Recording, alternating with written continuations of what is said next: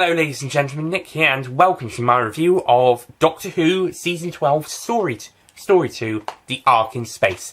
And as I mentioned at the end of my review of Robots, this is indeed one of my favourite stories of all time. It's a really fun, really enjoyable and great story. I mean, it does have a bit of a slow pace, and whilst I did mention in my re-review of the Macro Terror that episode 1 flew by, I think 2, 3 and 4 slowed down a little bit. It is a bit of a pacier story. But it's still really interesting. Part 1 basically sees the Doctor, Sarah Jane and Harry arrive on Space Station Nerva, as we later discover it's called, and they realise there's been some problems here and they investigate and check it out and have to stop this guard machine thing, and eventually find that the humans are suspended in total animated suspension. And they discovered that the Ark had a visitor, the Wirren, seen here. Part 2, we get to introduce more of the crew of the Ark. We see Vira, who's a med tech and later becomes number 1 in command, for reasons that I'll explain in a minute. There's Noah, who is the commander. He's in charge until he gets infected by the Wirren. And Leapri, who is only there to die, basically. He's a character to die. I have a few nitpicks with this story, I have to say, like with the Damons. One of them is Noah is a bit of a dick in the second episode, and a bit of the third, but he then starts turning into a Wirren throughout that episode, in episode 4, and in the end he kind of, the human side of him eventually helps end up saving the day alongside human perseverance. But in part 2 he is a bit of a prick. Very big prick in places, actually. But if it wasn't for the fact he was turning into a villain and ended up being partly responsible for saving the day, then I would probably have considered him one of those characters and detracted part of my love of the episode down because of him. However, thanks to the way his character was written in later episodes, that doesn't happen. It's fine. I can stomach what he has in episode 2 for what comes later, so I'm okay. But Leapri, on the other hand, he's just there to die. Yeah, he has no importance. He could have not. You never needed to have him there. He's just there to die.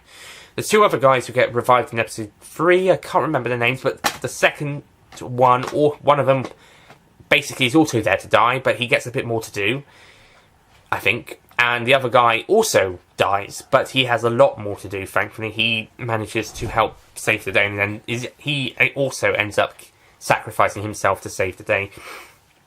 But he has a bit more to do. And I do like how those 2 characters, along with Vira and the Doctor, Sarah and Harry, have to basically work out a way to get rid of the Wirren before they go back to Earth.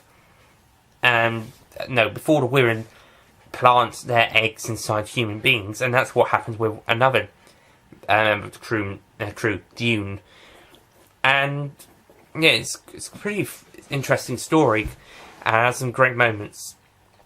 And yeah, and also, fun fact, it inspired the film Alien. Ridley Scott took some inspiration from this film, and you could probably tell what bits, like the stuff in the ventilating shaft, the Wirren being alien invaders on side a ship, planting the eggs inside of human beings. In fact, in Alien, we even got to see what happened. Well, not really an egg inside the human in Alien, but you got the eggs, and they would have these fake huggers who would implant the embryo into the body of a human, or a dog / bull in the third film, and then they would burst out of the chest or back in the in the prequel Covenant, or head in one case as well. So yes, I could see where Ridley Scott took some inspiration from this story for Alien.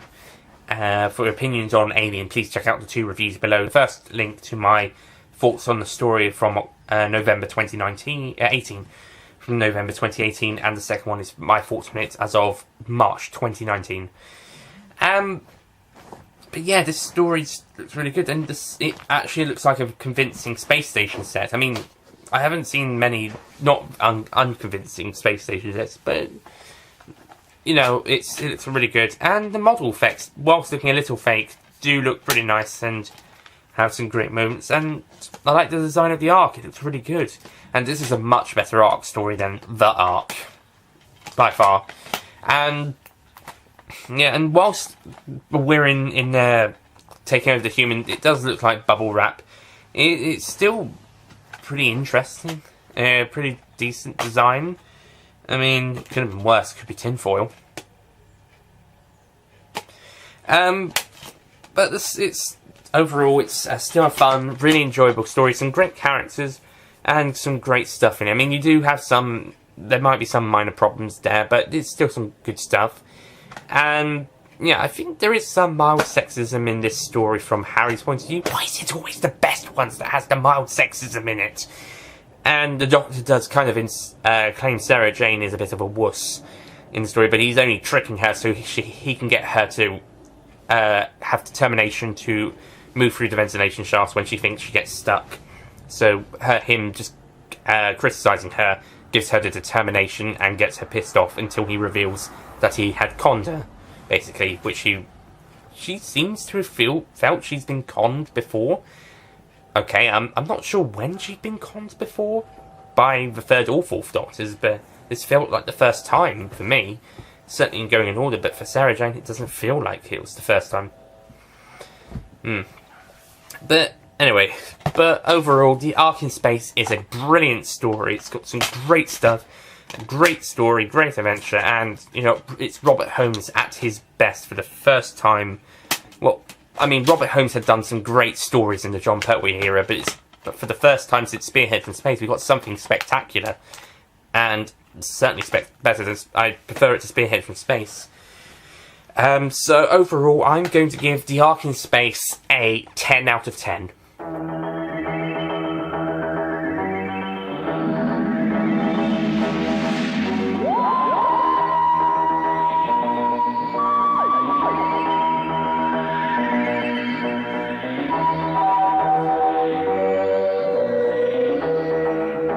Not perfect, but it's still bloody brilliant. It's easily the best story since the Damons. It's so far the best story of Tom Baker's era. 2 stories in and we've got a 10 out of 10. That's not going to happen. We're not going to get another Doctor who has such a high... well, I love that Attack of the Cybermen. I gave that a 10 in my Universal's review. So we're not going to have... So that's the 6th Doctor story. And then later on, the 11th Doctor's first story, I would give that a 10 out of 10 as well. So... yeah, so we're not going to have something like this again until the 6th Doctor's era, and even then, that is something a bit more controversial. For something, for one that fans more or less agree on, nearly unanimously, that would be the 11th Doctor's era. But something a bit more controversial, personal opinion, that would be the 6th Doctor's. So yeah, so that's the Ark in Space. I bloody love it. I mean, a few nitpicks, but I can stomach those. I'm okay. I can sit through those. So that's it from me. Thank you for watching. I don't consider it the best story since Tomb of the Cybermen. I'll say that. I still think that's yet to come. That will be City of Death in season 17, which is still a bit of a while off. That's Tom Baker's penultimate season. And that's number 6, basically. Although it will be the second story of the said season, and in an otherwise poor season, I would also mention. Whilst here we've just got the highlight of a pretty great season, a really great season. Possibly the best one, we'll see after we go through the others, but I expect it's probably the best, or second best maybe. So anyway, that's it from the Ark in Space. Next time we'll be looking at the 2-part adventure, the Sontaran Experiment. Oh good, we've got 2-parters back. Haven't seen one of those since 1965. Right, see you guys next time. Goodbye.